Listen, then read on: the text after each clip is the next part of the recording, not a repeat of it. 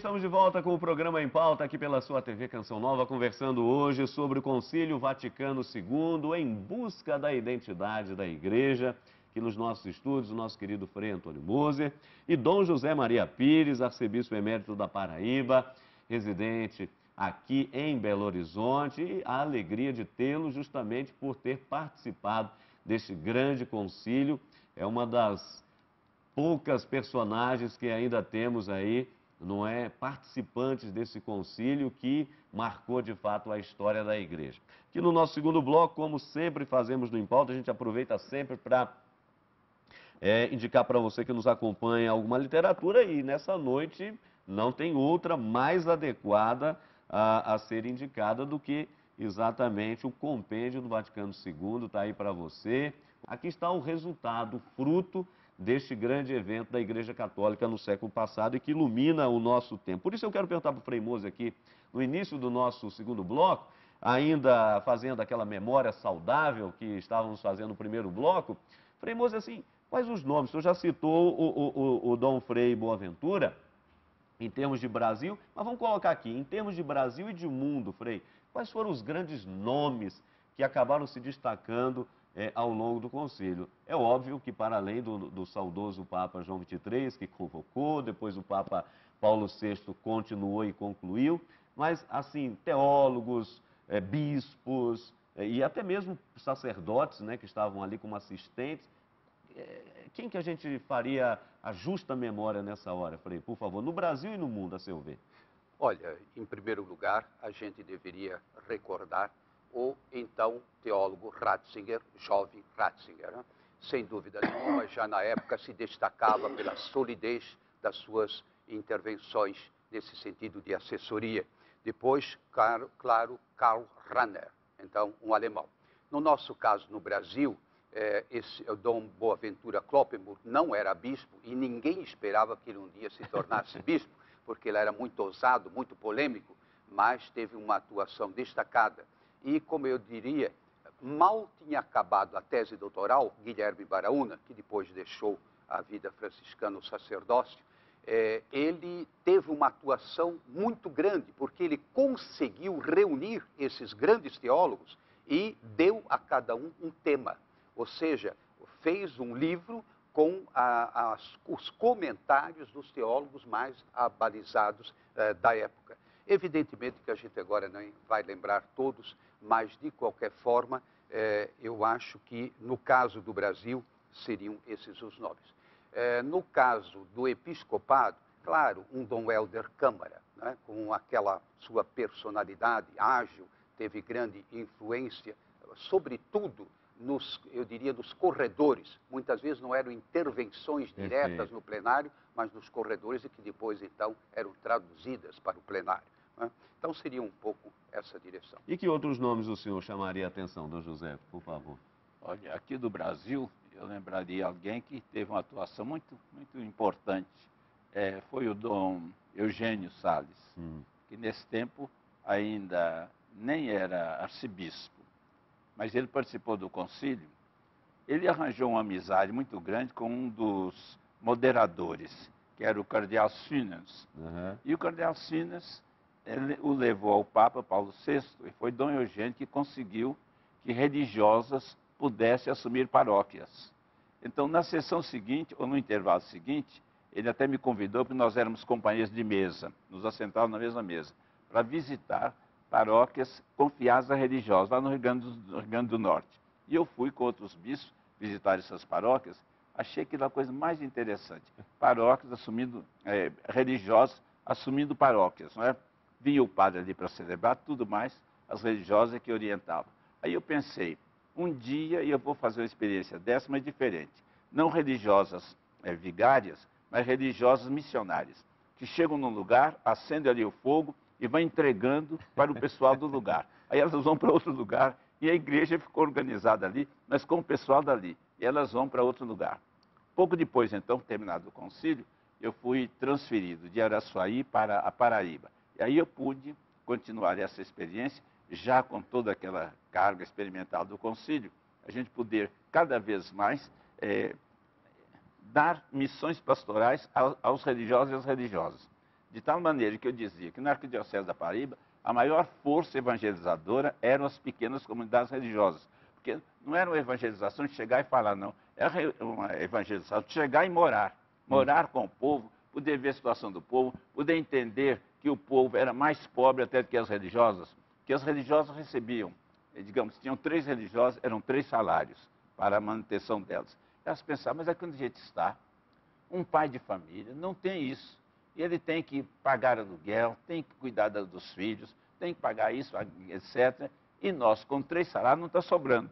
E a gente vê, então, que realmente o povo nos dá um testemunho realmente de pobreza. Então, isso me pareceu que foi tudo, começou com Dom Eugênio Salles, que teve uma atuação muito importante durante o concílio, não porque ele falasse, fizesse intervenções, mas porque ele era um grande articulador. Não é? E o Frei Moço citava aqui um outro grande articulador e que deu origem, não é, à nossa CNBB, Conferência Nacional dos Bispos do Brasil, estamos falando aqui de Dom Helder Câmara, e conferência é essa que depois, vamos dizer assim, se espalhou essa colegialidade para o mundo inteiro, que foi também uma das marcas que o senhor apontava no primeiro bloco do concílio, a questão da colegialidade, e que no Brasil já começava um pouco antes com o Dom Helder meio que não é organizando isso aqui no Brasil. Hoje nós temos aí uma das maiores conferências episcopais do mundo. Olha, não só Dom Helder teve essa atuação, mas o Brasil se organizou como conferência até antes do concílio. Antes do concílio, já no tempo do Beato João XXIII, nós fizemos toda uma assembleia nossa que gerou um documento que era uma preparação para o concílio.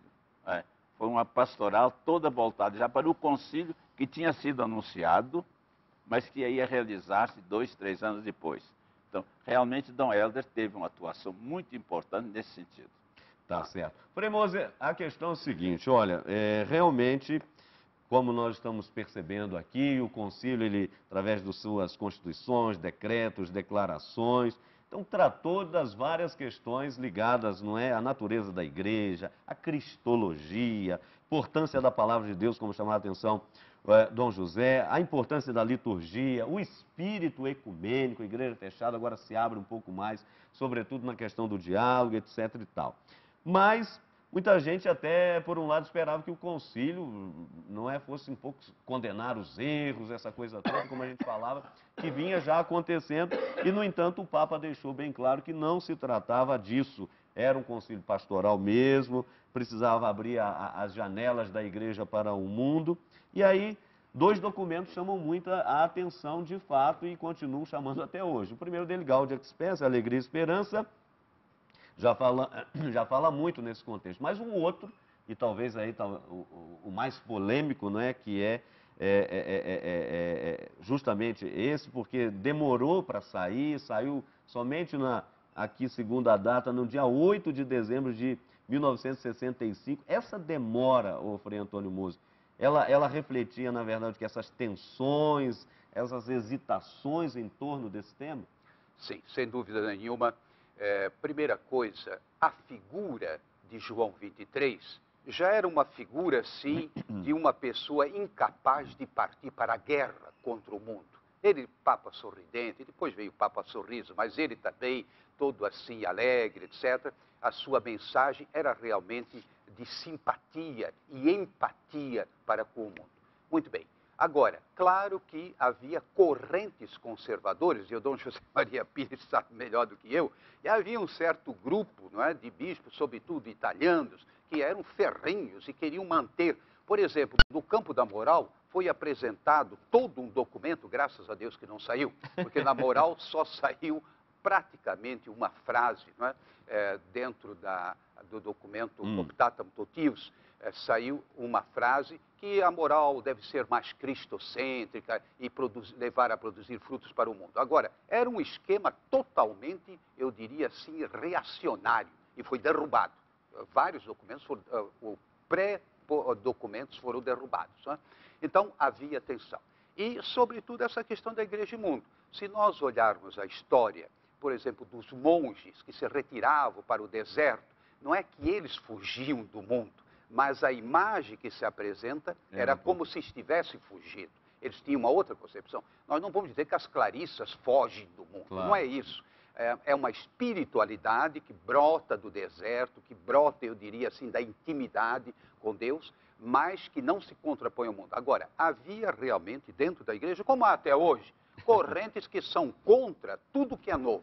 Tecnologia, nós somos contra. Qualquer tipo de avanço em qualquer linha, nós somos contra. E por isso eu volto a insistir, já falei várias vezes nos nossos programas, nós temos que ser a igreja do sim.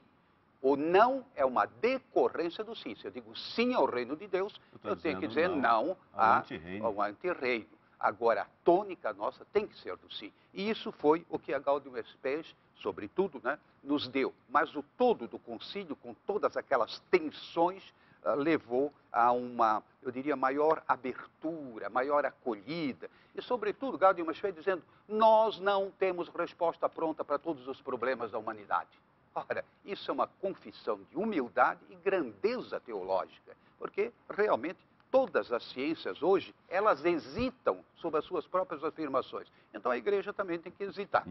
Tá certo. Olha, nós vamos agora começar aqui no programa, vamos dizer assim, uma segunda parte, e já queremos aproveitar o segundo bloco para isso, porque com certeza em casa você já deve estar se perguntando, né? Mas e aí? Não é? E hoje? Como é que fica daqui para frente? Essa que é a questão mais fundamental depois dessa saudável memória que nós fomos fazendo aqui. Primeiro vamos às ruas, porque perguntamos às pessoas, na sua opinião, o que é que precisa ser mudado na Igreja Católica? Vamos reparar o que as pessoas disseram. Acompanhe. Eu sou católica, me orgulho de ser católica, eu acho que o pessoal tem que procurar mais, né? E os padres também promover mais coisas, buscando a juventude, que a juventude está muito desacreditada, mas sinceramente eu acho que falta mais a integração dos jovens. A questão deles, em vez de descentralizar o dinheiro, eles realmente ajudar quem precisa. Pra que tem ouro na Igreja Católica? Você sabe pra quê? Também não sei. Podia ajudar muita gente, né? Então, uma família ali, ó, se vocês pegarem um pouquinho do que eles têm lá e dar pra eles, ia ajudar muito, né? A maioria da Igreja Católica, elas não perdem pros fiéis levar a Bíblia. E no caso, deveria acontecer, né? Acho que pode ser menos rígido, né? Certos preceitos, que a igreja é muito antiga, né? Tem que atualizar certos princípios da igreja, né?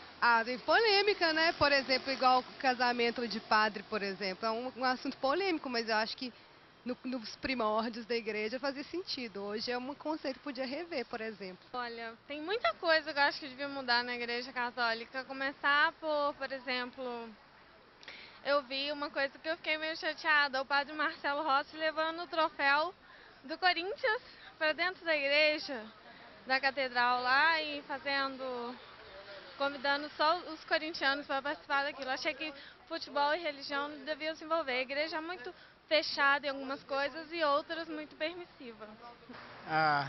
Não muita coisa, pra te falar a verdade. Acho bom a gente passar a doutrina, né? Que é passado de geração em geração.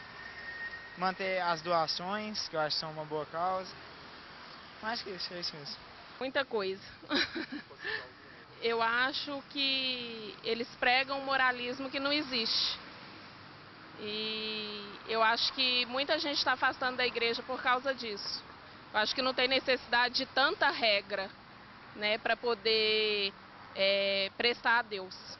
Eu acho que isso trazendo mais gente para a igreja. Tá certo. Dom José, com tudo que foi falado aí no nosso povo, nas ruas e aqui, como costumamos dizer, com tranquilidade, quando vamos escutar as pessoas nas ruas, a gente não fica editando depois o que entra e o que não entra. Deixa o povo falar, deixa opinar, é o senso comum. Nós estamos vivendo um período de mudanças, e mudanças muito rápidas, é próprio do tempo que nós estamos vivendo. Um pouco seu comentário sobre isso tudo, por favor.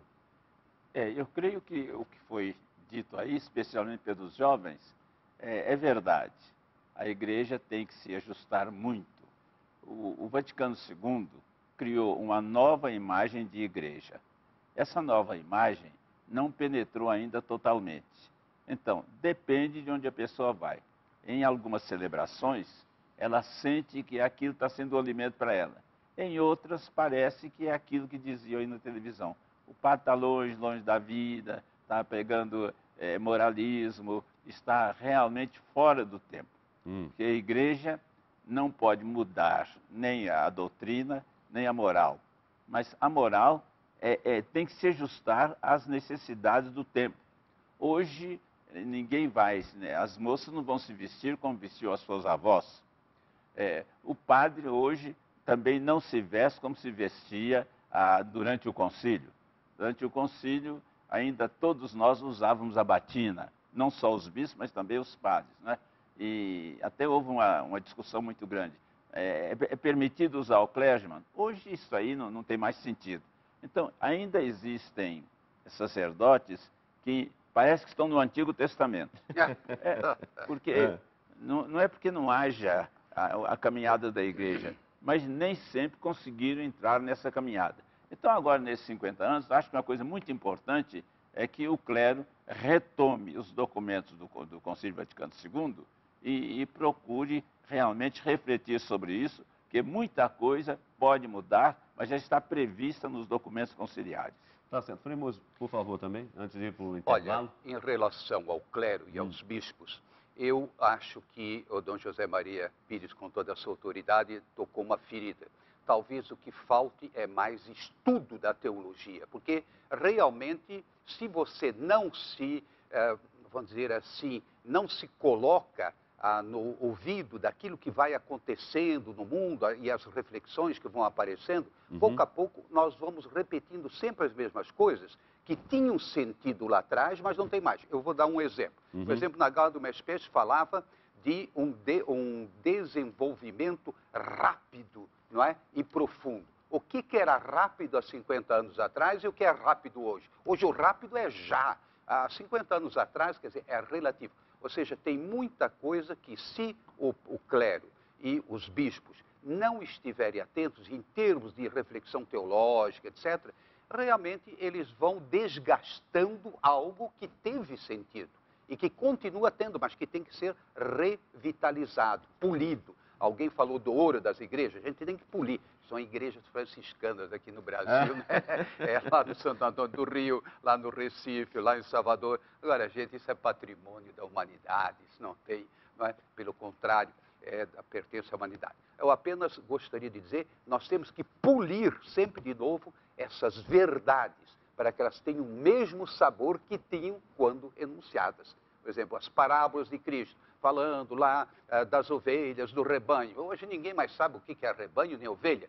Muito bem, você tem que atualizar, então tem que estar atento. E eu gostei muito da intervenção do Dom José Maria nesse sentido, né? Às vezes tem padres que de fato estão no Antigo Testamento e olhe lá, nem no Antigo não chegaram, né? Tá certo, Frei, mas nós vamos para o nosso intervalo, mas fica aí a questão, não é? Concílio Vaticano II, ruptura ou continuidade? Será que está na hora de um novo concílio para rever todas essas coisas? Enfim, ainda temos muito que conversar aqui no nosso programa. Não saia daí, já já estaremos de volta.